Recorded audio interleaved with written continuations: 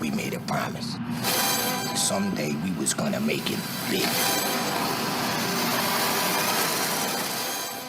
What's going on, friends? Logan Myerz here for Cinephellas.com. Tonight I'm going to be talking about the brand new film that was just released on digital, and I've been really looking forward to this film. I'm talking about Josh Trank's brand new film starring Tom Hardy as Alfonso Capone, titled Capone. I want to start off by saying I'm a huge fan of organized crime, the mob, the history behind it, being a person from Illinois, lived here most of my life in the Chicagoland area.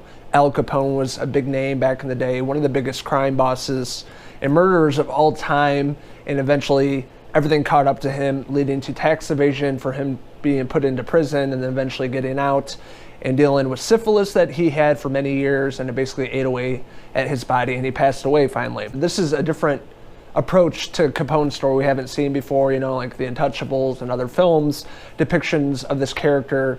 This is a different take, and I really like the idea of it, but the overall execution of this film didn't really work in any ways. So to set up in the film, this is the last year of Capone's life. He's released from prison. He lives in this huge mansion with his family down in Florida, and he's basically deteriorating away in the film. We're introduced to a lot of his friends and family that live with him.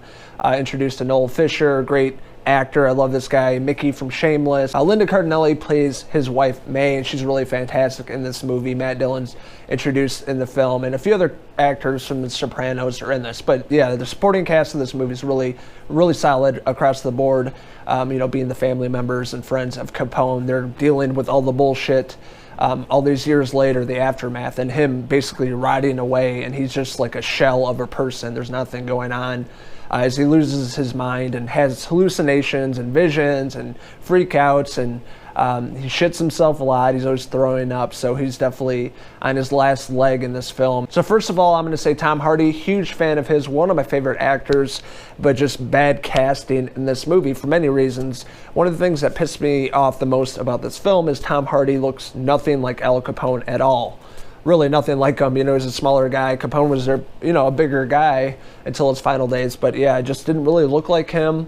It just really bothered me because I never felt like I was watching Capone. I felt like I was just watching some old man deteriorate away. And I thought Stephen Graham, one of the best depictions of Al Capone, in my opinion. Boardwalk Empire, 5 seasons. He was one of the best performances. I thought Stephen Graham would have been awesome to reprise his role of Capone for this film, but I just thought it was bad casting. Tom Hardy just wasn't a fit for this, and he didn't really do much with this character besides grunt and just pass out and daze off. But throughout the film, we get to see Capone, or Alfonso as they call him in the film, just wasting away each day, having these old visions of back in the organized crime days, being in the mob, killing people. He's imagining people around him that we find out later in the film that actually weren't there at all, and he has to stop smoking cigars, the doctor's orders, and he's chewing on a carrot throughout the film. He's always like grunting, and you can never understand what the hell he's saying. And then out of nowhere, he'll start speaking in Italian. Throughout the film, you never really know what's happening, if it's actually these characters are real, this event is taking place, or it's all in his mind, something he's imagining. It just kind of get lost in the shuffle throughout the film, so you never know exactly what's happening and what's going on in that moment in the film. Capone being haunted by his past, of killing so many people. Some people looked up to Capone, but he was a very violent murderer and a monster, really. He killed a lot of innocent people, just part of the mob, and that's how they did things back in the day. They cleaned up situations by whacking people. It was all about money and power, and it's really coming back to haunt Fonzo in this film. And Tom Hardy, you see him struggling throughout the course of the movie, and all these characters of family members and friends are trying to talk to him, and he's just not there. And it's really sad to see that. I'm not sure exactly if that's what happened to the real Capone back in the day, and this is like a really accurate depiction of what happened to him in his final years. But a lot of it seemed a little far-fetched and a little dramatized for the movie, and I didn't really always buy the way that Hardy went about some of the scenes in the film. It just seemed like over the top and ridiculous and really funny. Another thing in this film is the tone. You're not really sure what they're trying to go for. It's kind of all over the place. I guess this is supposed to be a drama, but I felt like it was more of a comedy.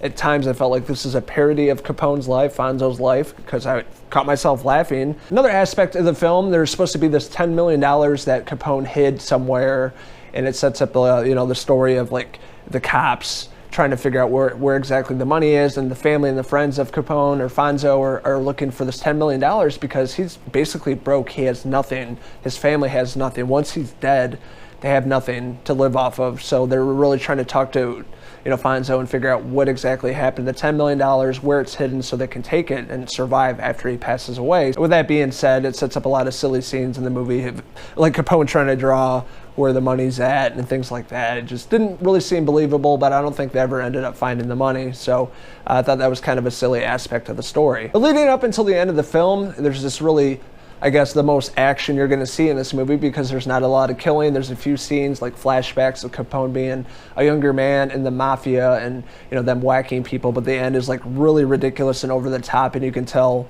that this is probably not really happening, but it's all imagination. It's all in Capone's mind that he's imagining this happening, but just pulling a straight up Scarface at this big mansion in Florida at the very end, and I was just literally laughing out loud. I'm like, what? And Capone's like, he like grunts and shoots the Tommy gun. It's so ridiculous, but hilarious at the same time. I'm a huge Al Capone fan, not really fan, but I thought, looking into the history of this guy, I've been studying it for a long time, most of my life, just living in Illinois, and how he was a big part of the history, the big part of the Chicago history with the mafia during, bootlegging in the Prohibition days, and all the people he killed and all the hideouts he had throughout the Chicagoland area. So he's always fascinated me since I was a young kid, learning about him.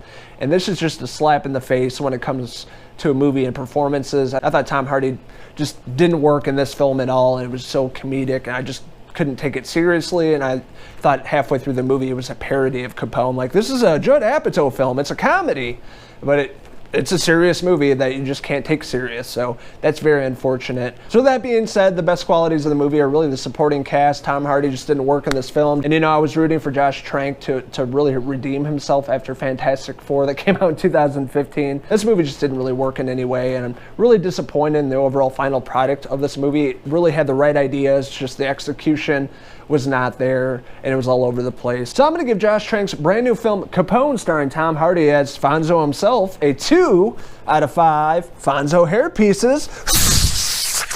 So what did you guys think of the brand new film, directed, written, and edited by Josh Trank? What did you like about it? What didn't you like about it? What did you guys think of that ending? Let us know in the comments below, and don't forget to hit subscribe. This is Logan Myerz signing out with Fonzo himself up here. Until the next quarantine video review. Cheers!